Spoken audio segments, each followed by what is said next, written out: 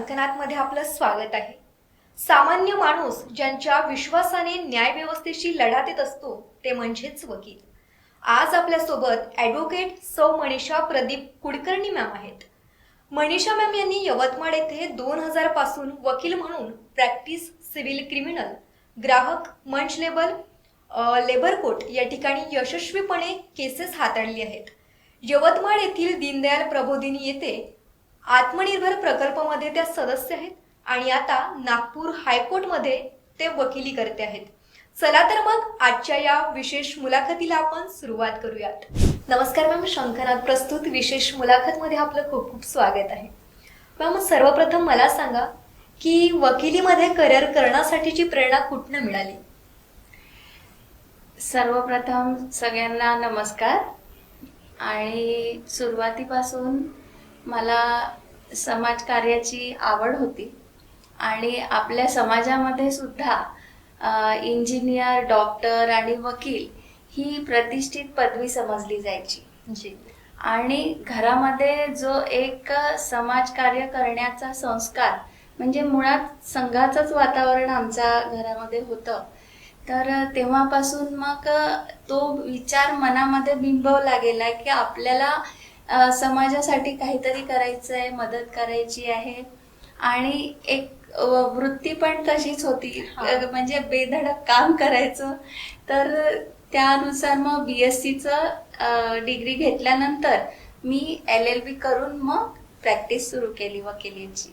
अच्छा मॅम, मला सांगा की कोर्टातील पहिला केस आणि पहिली तारीख त्याच्यातील तुमचा अनुभव काय होता?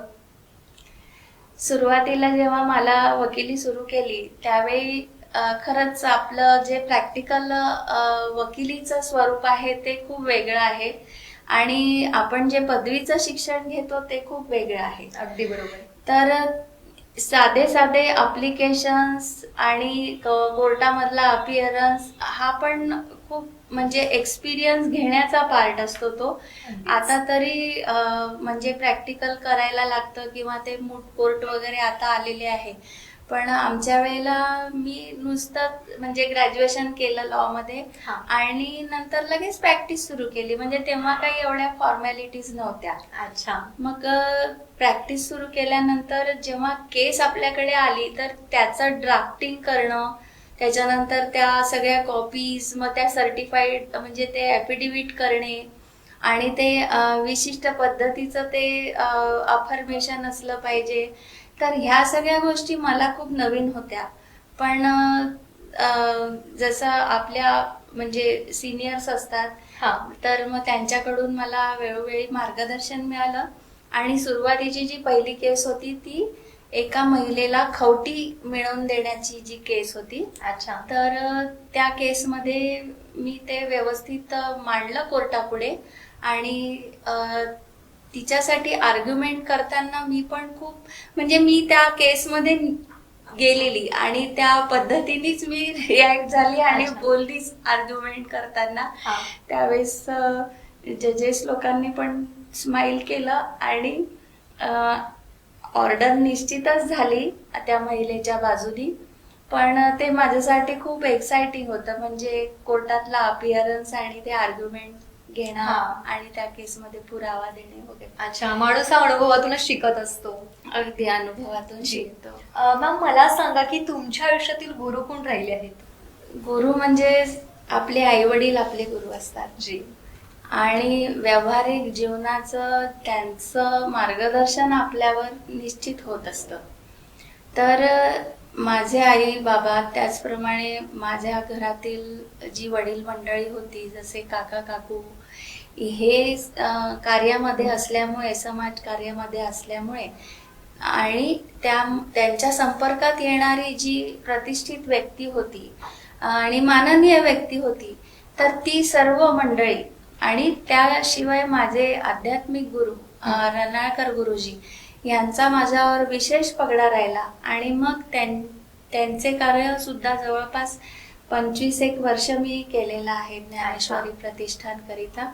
तर अशा प्रकारे आध्यात्मिक, सामाजिक आणि कौटुंबिक विचारांचा पगडा या लोकांमुळे राहिलेला आहे. अच्छा. मग असं म्हटलं जाते की शहाण्या माणसाने कोर्टाची पायरी चढू नये, तर याबद्दल आपल्या काय प्रतिक्रिया आहेत? बरोबर आहे. शहाण्या माणसाने कोर्टाची पायरी चढू नये म्हणजे यामध्ये काय असं होतं की खूप वेळ आणि पैसा जातो. कारण कोर्टामध्ये एक केस दाखल झाल्यानंतर त्यामध्ये वेगळ्या वेगळ्या स्टेजेस मधून जायला लागतं आणि त्या स्टेजेस मधून जात असताना समोरचे जे वकील राहतात ते सुद्धा वेगळ्या वेगळ्या टॅक्टिक्स खेळतात आणि ते प्रकरण लांबणीला कसं टाकायचं आणि आपल्या अपोज मध्ये प्रत्येक ऑर्डर कशी जाईल याचा ते आटोकाट प्रयत्न करत असतात.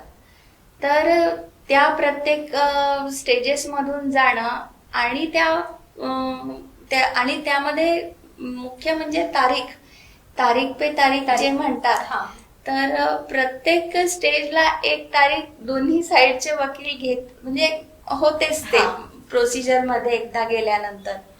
तर ह्या गोष्टी तिथे घडतात आणि मग काय होतं की त्यावेळी जे कोर्टामध्ये गेलेले असतात त्यांना खरंच थोडासा मानसिक त्रास होतो या गोष्टींचा, परंतु ती आपली न्याय प्रक्रिया आहे आणि या न्याय प्रक्रियेला फॉलो करणं आवश्यक आहे. त्या प्रक्रियेतून गेल्याशिवाय न्याय कुणालाच मिळत नाही. अगदी बरोबर. त्यामुळे जसं एखाद्या तालुका लेवलला जर अप्लिकेशन आपण दाखल केलं कोर्टामध्ये आणि जर ते अलाउ झालं किंवा रिजेक्ट झालं तर ज्याच्या बाजूने निकाल झाला आहे, ज्याच्या विरुद्ध निकाल झाला आहे तो निश्चितच अपील करणार. म्हणजे तो न्यायाच्या तो पण माझ्यावर अन्याय झालाय असं म्हणतो आणि मग तो पण कोर्टात जातो. तर मग तालुका न्यायालय, जिल्हा न्यायालय, उच्च न्यायालय, सर्वोच्च न्यायालय या सगळ्या प्रक्रिया आहेत. तर या प्रक्रियेमधून गेल्याशिवाय न्याय मिळत नाही आणि न्याय देवता आहे शेवटी. न्याय मिळवायचा असेल तर कोर्टामध्ये जावंच लागतं आणि आपली न्यायपालिका जी आहे ती अतिशय मजबूत आहे, त्यामुळे त्यामध्ये काही गैर नाहीये. अगदी बरोबर, कारण न्यायपालिका जी आहे ती आपल्या लोकशाहीचा आधारस्तंभ देखील आहे. अगदी. मॅम, मला सांगा की तुम्ही तुमच्या आयुष्यामध्ये सिव्हिल, क्रिमिनल, ग्राहक मंच, लेबर कोर्ट अशी अनेक केसेस यशस्वीपणे हाताळलेली आहेत. तर या केसेस बद्दल तुमचं काय अनुभव होतं ते सुद्धा आमच्या प्रेक्षकांना सांगा. प्रत्येक आता जसं तू म्हटलं सिव्हिल, क्रिमिनल आणि ग्राहक मंच, तर साधारण सगळीकडे कायदे सारखेच लागू आहे, पण प्रत्येक ठिकाणी म्हणजे जसं ग्राहक मंचामध्ये कंझ्युमर प्रोटेक्शन ऍक्ट लागतो. आता क्रिमिनल हे काही वेगळं कोर्ट नाही आहे ऍक्च्युअली, पण त्यातही सिव्हिल केस आणि क्रिमिनल केस असे वेगळे पार्ट राहतात. तर ज्या पद्धतीची केस आपल्याकडे आलेली आहे त्या पद्धतीची मांडणी करून ती आपल्याला कोर्टापुढे रिप्रेझेंट करावं लागतं. आणि सिव्हिल मध्ये सगळा जो भाग आहे तो कागदपत्रांच्या भरोशावरच अवलंबून असतो आणि क्रिमिनल मध्ये सुद्धा पुरावे म्हणजे लागतात केस चालवताना. तर ज्या न्यायालयामध्ये केस आहे त्या न्यायालयामध्ये त्या प्रकारची मांडणी करून रिप्रेझेंट करावं लागतं. तर तो पण खूप अनुभव चांगला राहतो आणि मुख्य म्हणजे आपण कुणाला तरी न्याय मिळवून देतो आहे हे त्यामध्ये महत्वाचं असतं. अच्छा मॅम, आपल्या याच्यामध्ये वर्षानुवर्ष खटले चालत असतात आणि आपण असं म्हटलं पण जाते की justice is delay, justice is deny. तर याबद्दल तुमचं काय मत आहे? जस्टिस डिले जसं मगाशी मी बोलली ना की आपल्या न्याय व्यवस्थेमध्ये अतिशय सूक्ष्म तऱ्हेने कायद्यांची मांडणी केली आहे आणि आता सगळे नवीन नवीन प्रकारची कायदे अस्तित्वात आले आहे. जसं बघा की राईट टू इन्फॉर्मेशन आहे, त्याच्यानंतर पोक्सो आहे, मुलांच्या याच्याबद्दलचा जो म्हणजे ऑफिस जर मुलींच्या प्रोटेक्शन बद्दल जे काही अस्तित्वात आले किंवा स्त्रियांच्या हक्कांच्या बाबतीत जे काही नवीन कायदे अस्तित्वात आले आहे, तर याची सगळ्या प्रक्रिया पार पाडत असताना जसं मागा मी सांगितलं की एखादी अप्लिकेशन समजा केली आहे मी किंवा समजा एखाद्या महिलेची केस पेंडिंग आहे आता कोर्टामध्ये, आणि तिला जर तिचे काही कागदपत्र किंवा तिला जर तिचं काही सामान तिच्या नवऱ्याकडून घ्यायचं आहे आणि ती माहेरी राहती आहे, तर मग तिला ते अप्लिकेशन कोर्टापुढे सादर करावं लागतं. आणि मग ते अप्लिकेशन सादर केल्यानंतर तिला नेमकं काय हवंय याची एक लिस्ट तिला डिटेल द्यावी लागते. हा. आणि मग त्यावर कोर्ट ऑर्डर करतं आणि मग ते ऑर्डर केल्यानंतर मग तिला तिचं जे काय सामान आहे वगैरे त्या केसच्या दरम्यान मिळू शकतं. तर अशा खूप साऱ्या म्हणजे Process. प्रकरणांमध्ये प्रोसेस फॉलो कराव्या लागतात. हा. आणि मग त्यामुळे हा वेळ जातो. पण न्याय शेवटी न्यायदेवता आहे, तर न्याय मिळण्यासाठीच एखादा व्यक्ती न्यायालयामध्ये येतो. तर ती प्रक्रिया ही पार पाडणं आवश्यक असते. आपण जर याचं एक उदाहरण घेतलं तर निर्भया प्रकरण, आणि त्याचा निकाल जो आहे तो 20 मार्च 2020 रोजी लागलेला होता. बरोबर. म्हणजे एवढी 8 वर्ष लोटली आणि त्यानंतर तो रिझल्ट लागलेला आहे. मॅम, नंतरचा माझा प्रश्न असा आहे की आपण टीव्ही मध्ये बघतो, सिनेमामध्ये आपण अनेक ठिकाणी बघतो की कोर्टातलं कामकाज कसं असते ते.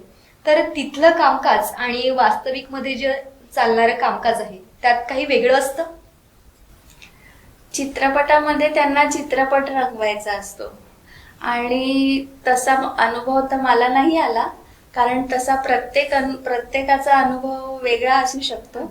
आणि असं आहे की मोठ्या मोठ्या प्रकरणांमध्ये कदाचित असं होत पण असेल, परंतु मला काही अशा प्रकारचा अनुभव आला नाही की अच्छा. जे आपण चित्रपटात बघतो. आणि चित्रपटांमध्ये बघ जसा अंधा कानून वगैरे पिक्चर मध्ये आपण बघतो ना की एकदम कोर्टामध्ये एंट्री होते आणि मग तो म्हणतो की मुझे भी इसके बारे में कुछ कहना है. तर ऍक्च्युअली डायरेक्ट नसतं ते, बाय प्रोसिजर सगळं करावं लागतं. तर त्याला प्रत्येक गोष्टीला एक प्रोसिजर आहे. अच्छा. मॅम, वकील तर युक्तिवाद करण्यामध्ये पटायतच असतात, तर घरातही असंच चालतं की घरात काही वेगळं धोरण चालतं?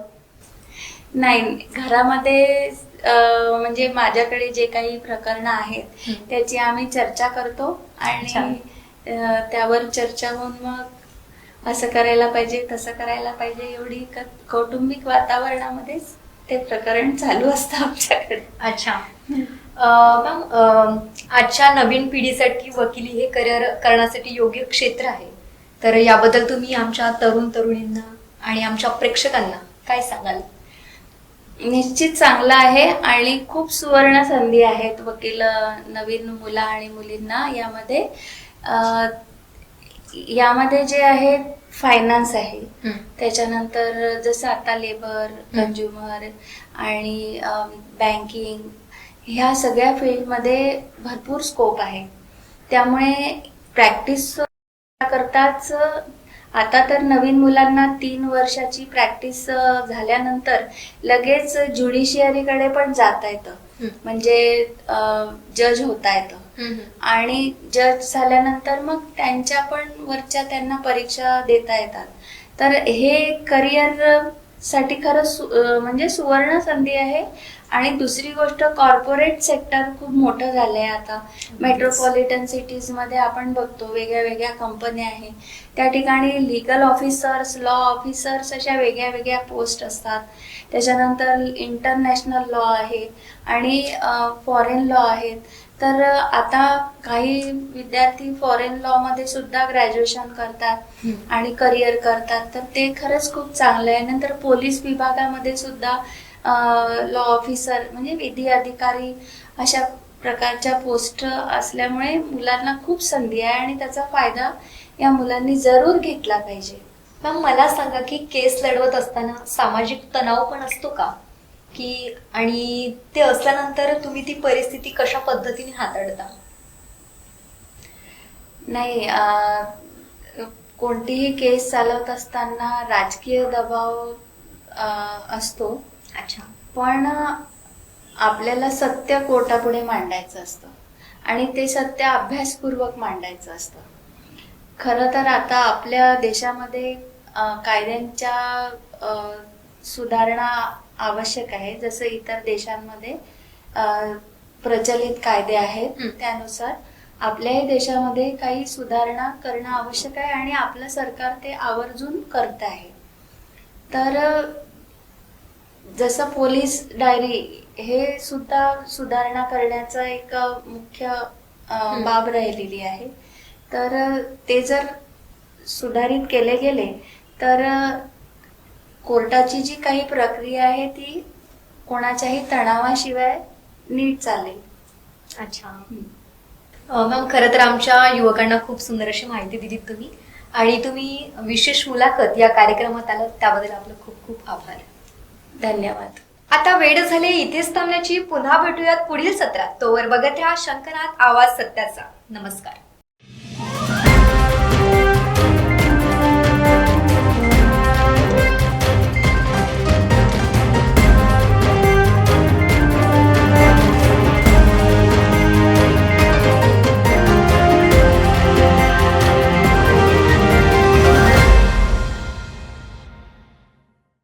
गहनों से ऐसे सजे सजाए, सबसे आकर्षक मुझे बनाए।